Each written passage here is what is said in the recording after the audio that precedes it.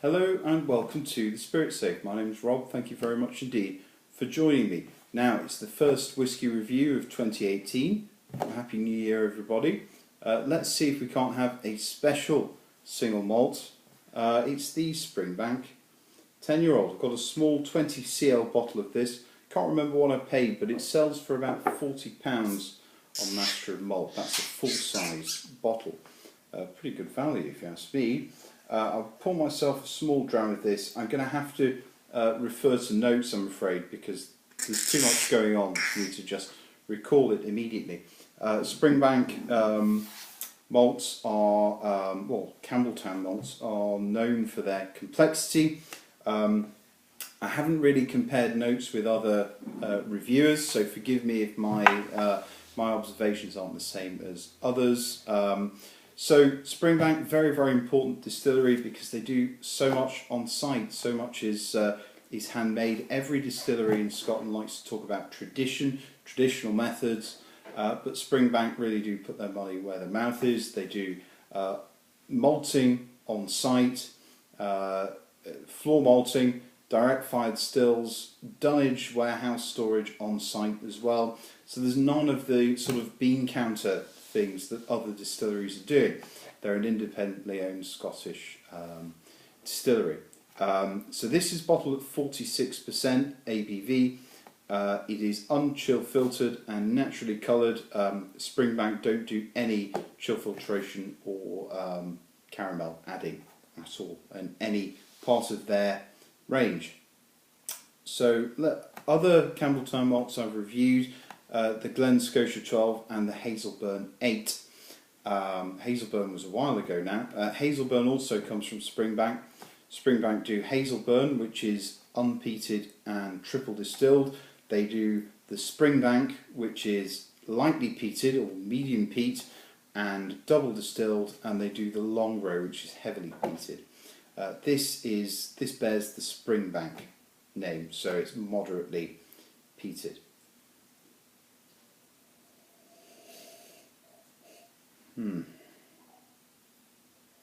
The peat is evident on the nose, but really there's an oaty porridge note with a pinch of salt to it, sweetened with kind of a manuka honey.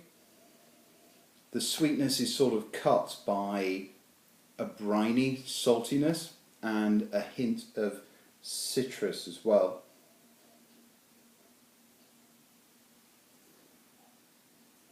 And the peat sort of cuts the sweet milkiness of that porridge as well. There is certainly some peat, there's some apple, the rough-skinned English apples. Quite a lot of vanilla, but it's not sweet vanilla flavouring, it's a fresh vanilla. There's cardamom, dry spice as well.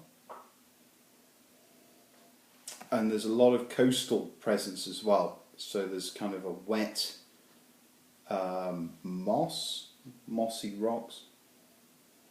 There's a fruit complexity that I can't quite put my finger on. It's kind of an apples and pear type tree fruit complexity, but there's a kind of savoury note that cuts that as well. And later on there is a kind of Epsom salt herbal note to it too.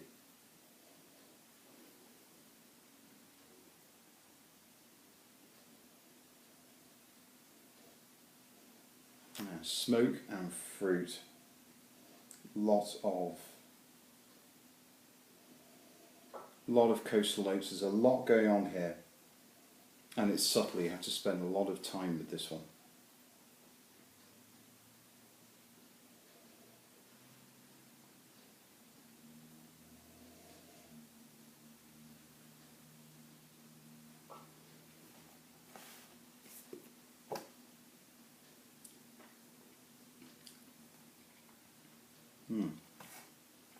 On the palate, slightly spicy,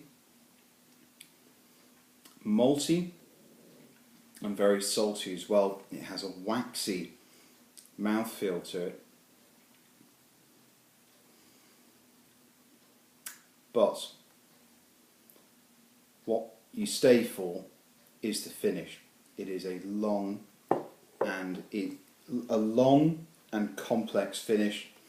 Apple candy tobacco is very moorish because it retains the saltiness. Papaya smokiness, and then as it fades, even though the fruit notes become a bit more muted, they continue to almost fizz on the palate throughout the finish. I'm just going to add some water to this. Fresh and lightly smoky on the nose still. Absolutely delightful this is. A lot of oil is separated there. Water I found on the nose, it enhances the kind of sherry notes, the brown sugar notes.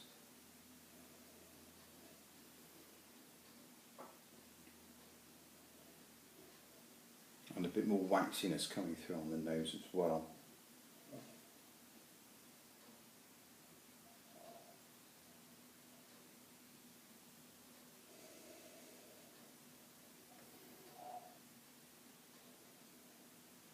Brings forth some of the tannic kind of oak as well.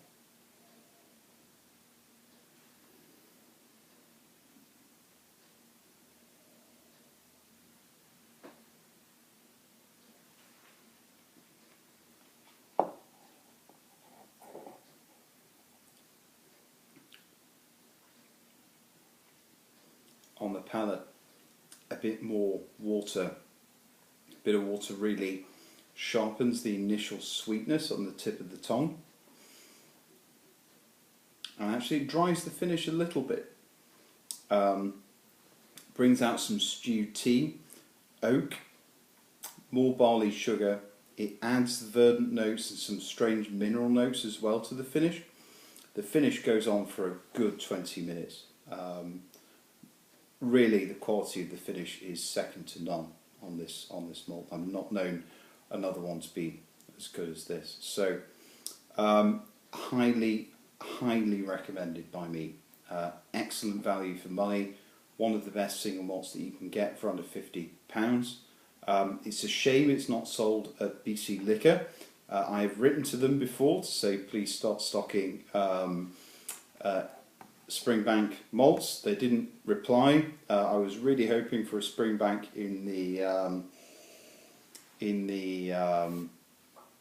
luxury spirits release this year. Didn't happen. But really, if you can get hold of this, you absolutely have to. It really is superb, second to none. Okay, I hope you've enjoyed the review. It might not be the most accomplished thing, just my opinion, but I hope you've enjoyed it nonetheless. We will see one another again. There'll be more Springbank and more Campbelltown malts on the channel, along with all of the other things that I promised in due time in the last video. So thank you very much for joining me. Like, comment and subscribe. Cheers everybody, and we'll meet again soon. Bye bye.